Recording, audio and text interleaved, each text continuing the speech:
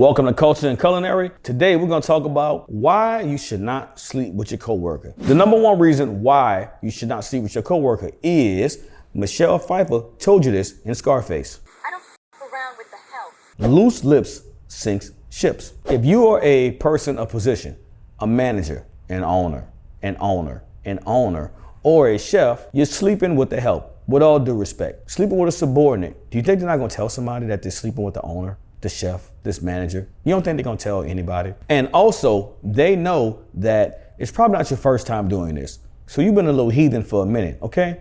Keep it in your pants and shut your mouth. Number two, it compromises your ability to lead effectively. What I mean by that, loose lips sink ships. You have to know they're talking, right? You cannot get on Susie when you're sleeping with Sally, because Susie and Sally are talking. They know what you're doing, and they know all your little dirty secrets, okay? They know what you're doing in the bedroom. They know how you like it. They know everything. It's salacious. They talking. So the irony is you lose respect as the more you do that. They're gonna keep talking about it, and you'll notice this little smug attitude when you try to correct them on doing things, all right? Number three, constant turmoil. Let's say you and Susie break up, y'all good. And let's say you meet a nice young lady that don't work for you for once, you have her come to your place and see you. You don't think Susie's gonna feel away and go tell Sally and Jesse? It looks crazy. Oh, look at him. He was dealing with me. Now he had this thought up here. It's just messy. And again, that hurts you going down the road as a manager. Because let me tell you something. The owner knows everything. Because listen, dummy, you're not the first person that she slept with that's worked there. You're probably the 10th. The next thing, I hate to be so dramatic, but what if she get pregnant? You thought about that? She's making $213 an hour. You're on salary. You seem to be stable outside of your decision making. You don't think if she have a baby, she's gonna keep it because she knows you'll take care of that baby and her by proxy? Don't date your coworkers, but if you do it, you better be ready to marry that person. Anything short of marriage will end in a catastrophe. I'll tell a story.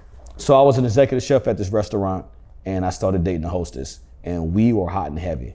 And within a month, we were living together because at the time, she wasn't the most stable.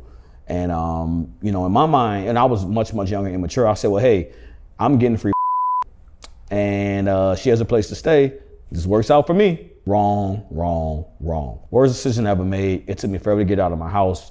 I learned that if someone lives with you for 30 days, you can't just kick them out. You have to get them evicted. And it was just a hot mess. Everybody knew it was just the worst situation. But at the time, it felt cool because I'm getting what I want, which is sex, right? Wrong. Unless you're ready to marry the person, do not date your coworkers. Because again, my man, if she get pregnant, you know she's keeping it, right? Let's go to number 5. Who wants to share? Ladies, if a guy approaches you at work trying to holler at you, you have to know you're not the first person that he's approached, right? Fellas, if she's so willing to sleep with you, you have to know you're not the first she's hopped on, right? Do you know how many STDs go around restaurants? That's pretty serious.